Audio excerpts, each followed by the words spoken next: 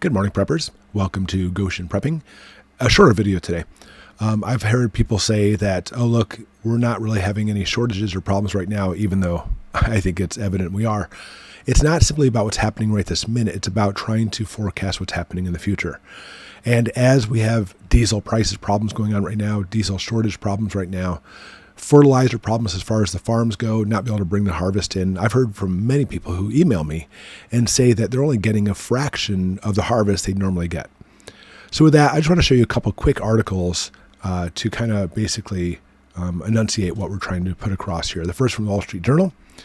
A lackluster U.S. harvest this year is setting back efforts to relieve global food supply that's been constrained by Russia's war with Ukraine. Senior executives from a whole bunch of big corporations that rob money from us said that worldwide crop supplies are tight, and it said they need at least 2 more years of good harvest to basically ease the pressure.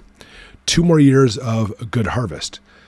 Well, from what we're projecting, this first year of the 2 is not even a good harvest. So we're looking at not only just this fall being a problem, or even next year being a problem, but if this year's not a good harvest, which is turning out to not be a good harvest, then we're looking at least 2 more years after that.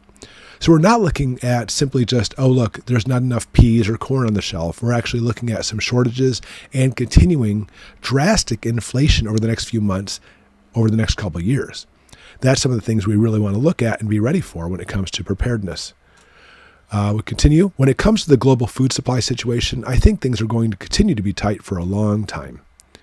Okay, talks about high temperatures, talks about drought conditions, intense heat.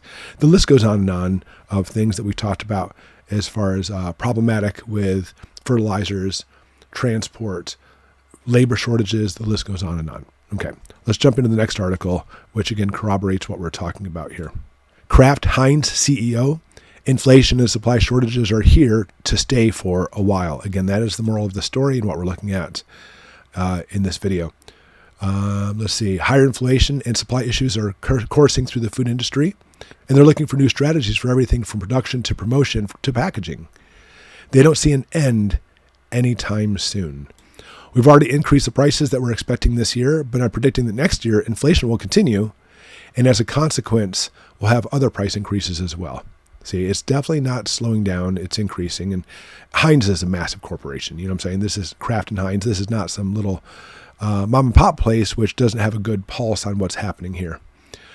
They go through, talk about Ukraine, they talk about climate change. Again, it's interesting. They haven't talked about fertilizer and diesel prices on here, but obviously that all comes into play too. And it says, we do everything we can. It would be very easy to just pass it to consumers, but that has its consequences also. And eventually, I think what we're looking at is we're not going to have much of a choice.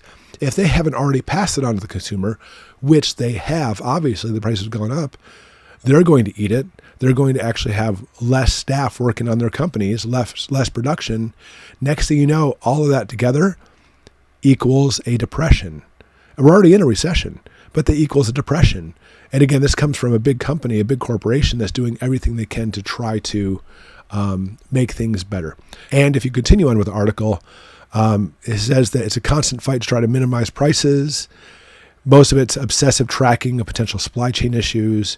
Every day we have a new problem. It's the new normal. I hate hearing that, especially when it comes to food supply. At the beginning, we thought it was just a crisis.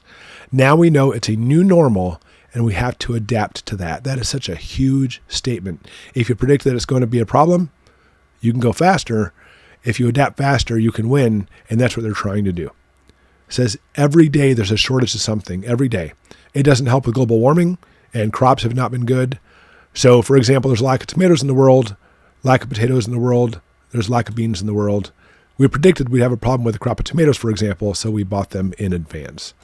Okay, so that's a smart business. You know, not necessarily agree with the way they do things and selling price. I'm not going with that, but it's smart because business people want to be able to keep their businesses going, and they're trying to look at the problems in the future to be able to make it so at least we have ketchup coming to our house. Obviously, it's a lot more deeper than that. But again, when it comes to us, when it comes to preparedness and prepping, don't let shelves full of items fool you. There are some channels out there I've seen, especially like in cities, the shelves are simply not full. Here in the middle of Michigan, the middle of nowhere, most shelves are actually doing pretty well. But from what I read in these articles, that's just temporary. especially when we're not looking at just a matter of a couple of years, but we're actually looking at the next few years, possibly. Again, I predict 5 to 10 years, we're actually going to be having major problems, because I don't see any of this going away anytime soon. So either way, keep prepping, guys. Keep preparing. Preserve, freeze dry, can, use your Mylar bags. Try to put food away as much as possible, because you know what? It's only going to get worse, and things are going to get more expensive. It's cheaper to buy it now at a certain price and store it than to pay twice the price later on.